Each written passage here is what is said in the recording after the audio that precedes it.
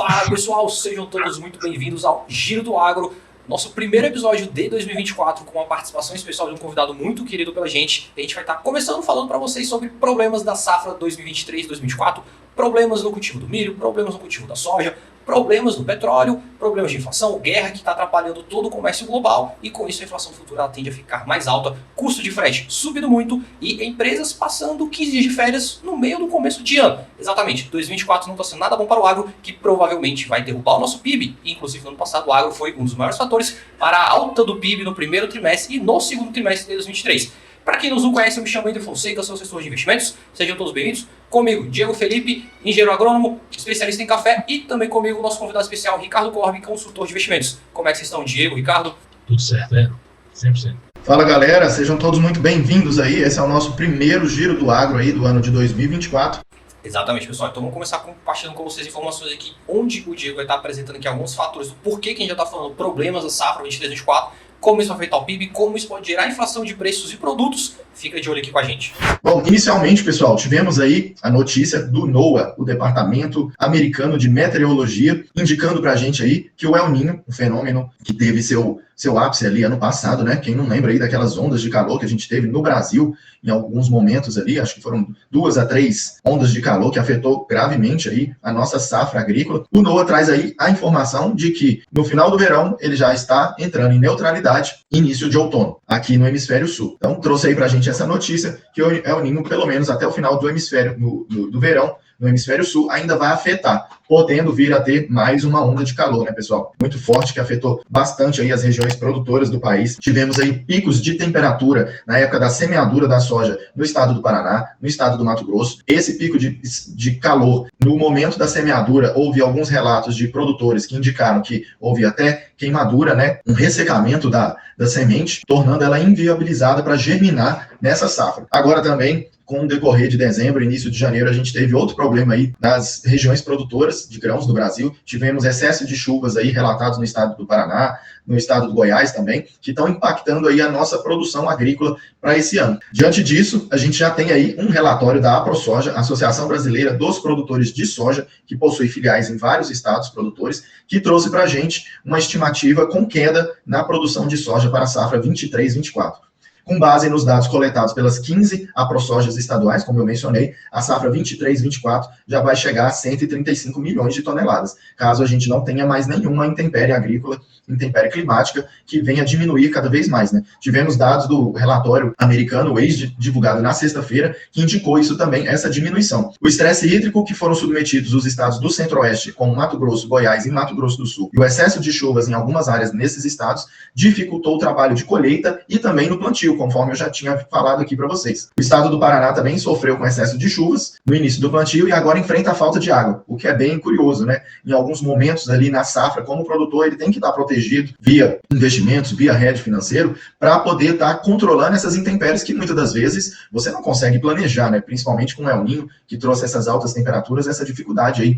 E é disso que o Andrew e o Ricardo aí podem falar para a gente, como que o produtor pode estar fazendo a proteção da sua carteira, a proteção do seu patrimônio, para que não fique tão refém dessas intempéries climáticas. Outra notícia no setor do café, nosso carro-chefe também aí, Brasil, maior produtor, maior exportador de café, mas ainda não é o maior consumidor, né? Por incrível que pareça, o maior consumidor em quilo per capita hoje é a Finlândia, seguida aí de outros países como Estados Unidos. Bom, tivemos aí um salto na produção, na exportação do café, atingindo 39 milhões de saca no ano de 2023. Um volume praticamente estável em relação aos 39 milhões auferidos em 2022. Isso se dá muito em conta por quê? Porque na safra de 2021/2022 do café, isso se dá principalmente por quê, pessoal? Porque no ano agrícola de 21/22, a safra agrícola do café, a gente teve um grande problema, que foi a geada, que atingiu principalmente a região do Cerrado Mineiro e a região do sul de Minas, impactando gravemente na média de produção nacional. Tivemos aí alguns produtores com muita dificuldade,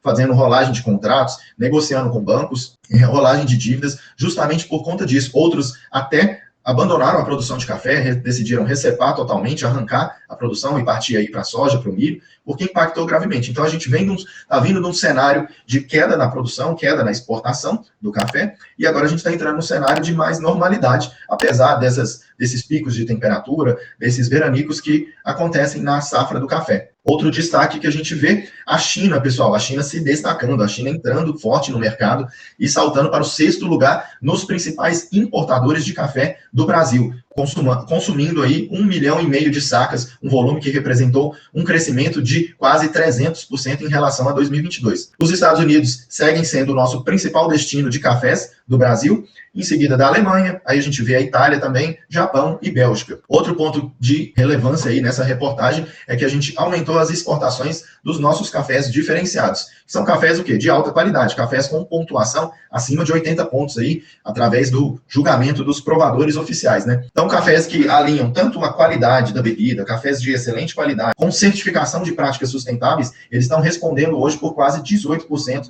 nas nossas exportações de café, acumulando aí um envio de quase 7 milhões de saca no ano passado para o exterior. Passando aí pelo nosso giro de notícias do agro, desse início de ano, tivemos aí uma forte queda do milho na B3, despencando 2% aí na segunda-feira, dia 15, que foi também o dia de feriado nos Estados Unidos, então a gente não teve o milho aqui no Brasil chegando à marca de R$ 67,00, e, de acordo com o analista da Celeris Consultoria, Enilson Nogueira, além de uma fraqueza no mercado global de commodities, nesse início de 2024, os preços do milho na B3 receberam uma forte pressão negativa, pessoal, tanto da safra de verão, quanto da segunda safra do Brasil, a nossa safrinha.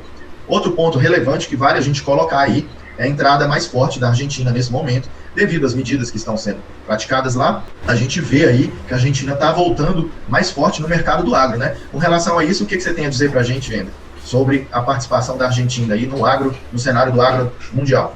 Exatamente, como o Diego ponderou bastante ali, a Argentina é o principal player que a gente tem de mercado, né, tanto de grãos quanto de farelos. Então, assim, o Brasil é um grande player do mercado, mas o principal, olhando para a América do Sul, é a Argentina. E aí, como a Argentina agora está tendo uma safra muito boa, ao contrário, né, do que o Diego mostrou para a gente aqui no Brasil, a safra ela não está indo tão bem quanto se esperava, a Argentina ela volta a ter uma perspectiva, uma abertura de mercado muito mais forte.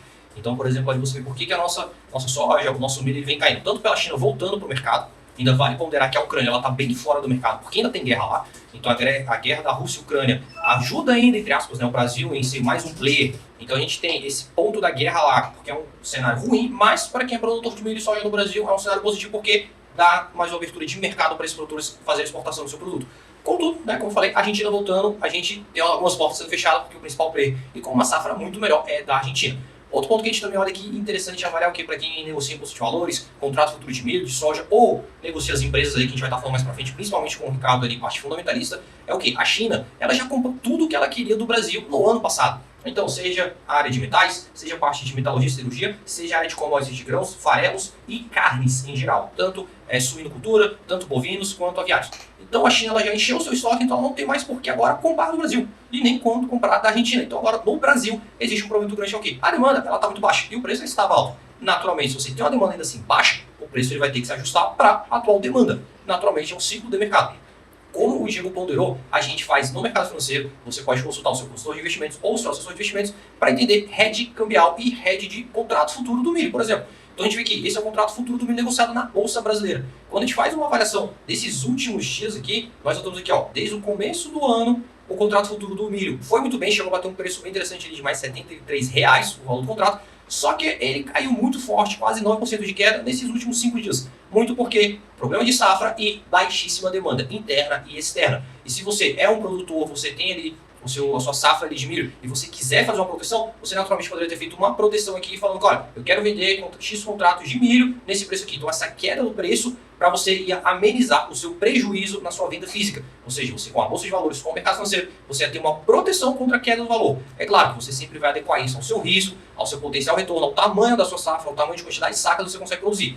Você não vai simplesmente só chegar e operar no mercado aqui achando que vai cair ou que vai subir e fazer uma proteção ou uma alavancagem. Se você fizer isso sem conhecimento, sem perspectiva, você naturalmente vai quebrar. E trazendo o principal ponto aqui agora é o quê? Informação, a qualidade e olhar as empresas agora no nosso bolsa de valores. Ricardo, o que você pode trazer para a gente aqui de fundamentos aqui sobre a Agro 3, a Brasil Agro?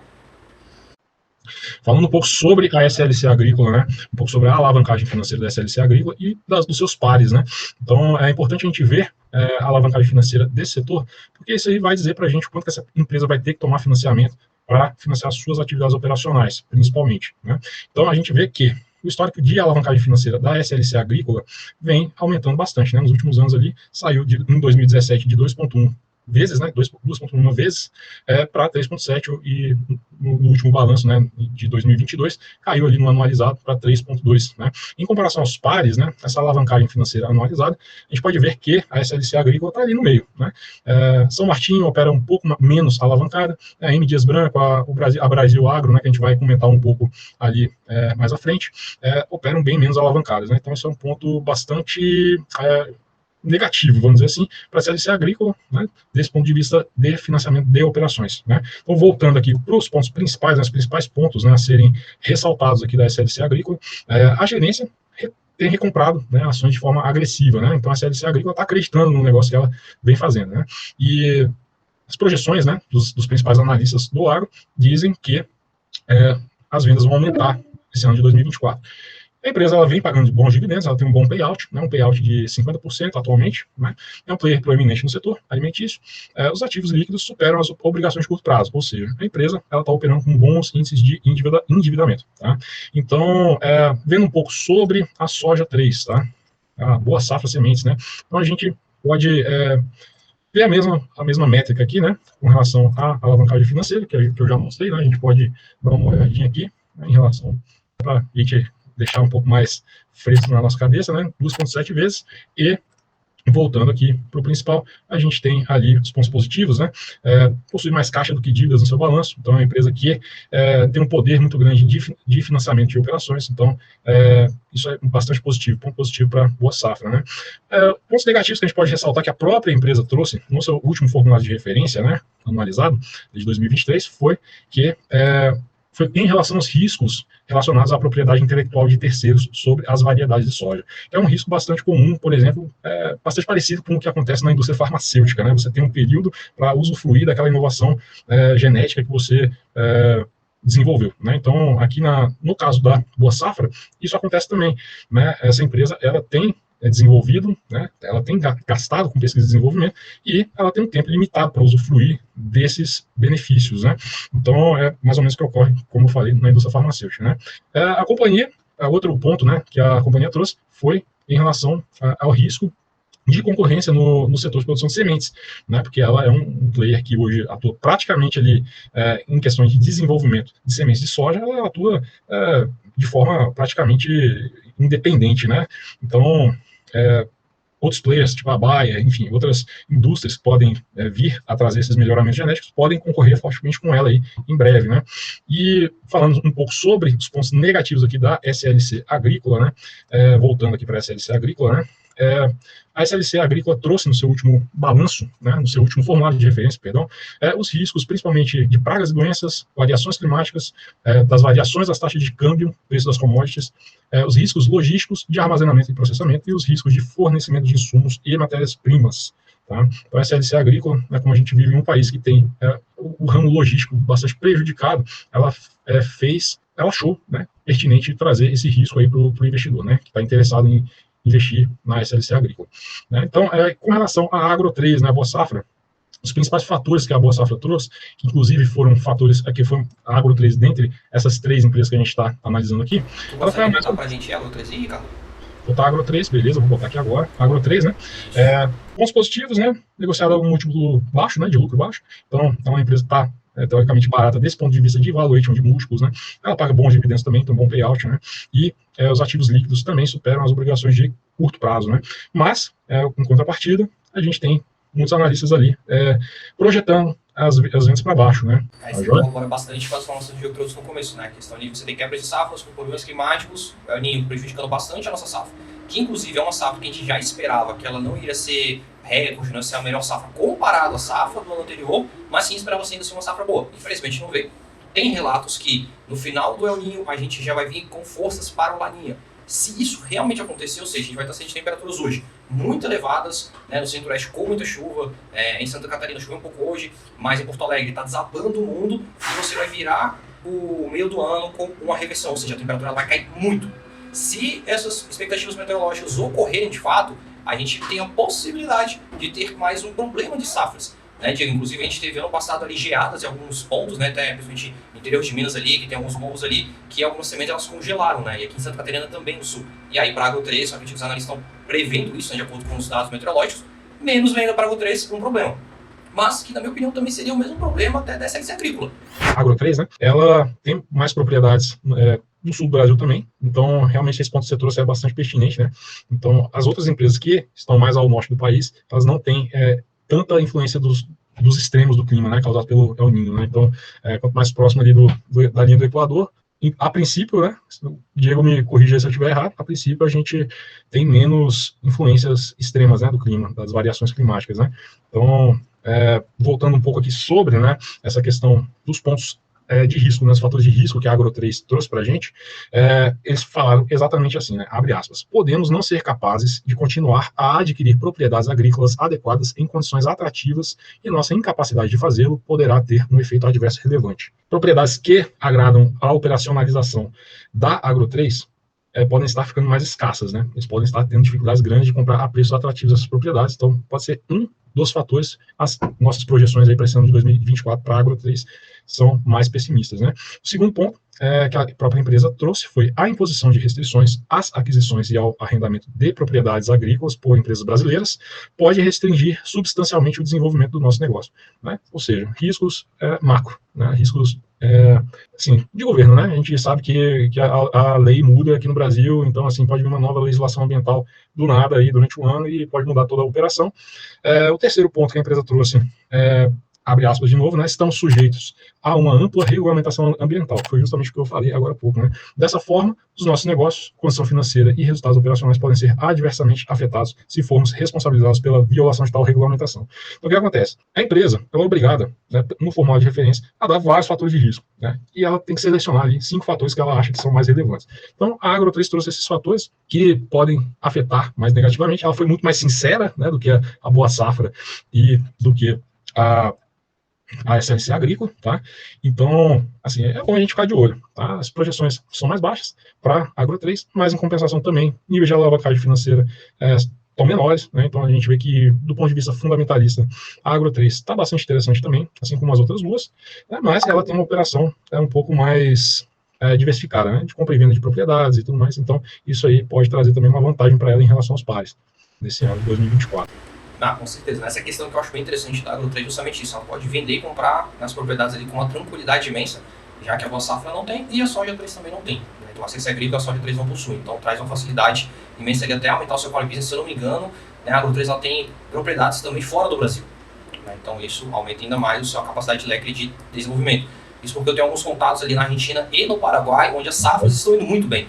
Então a Agro 3, por exemplo, até, se não me engano, acho que 1 ou 2 fazendas no Paraguai. Então, se ela acabar aumentando o seu leque lá, ela pode equilibrar com uma safra ruim no Brasil, né? E você ter um equilíbrio e uma balança um pouco mais favorável, ela ganha dos dois lados, assim, enquanto uma está indo muito forte, ou está um pouco mais abaixo, mas o lucro da empresa cresce, a receita cresce, o lucro cresce, a dívida um pouco mais controlada, você mesmo mostrou ali, a alavancagem financeira da empresa é muito mais baixa, né? Quase metade da SLC Agrícola, então vamos supor que ela faça o mesmo padrão ali, sair de 1,7% para 3% de alavancagem.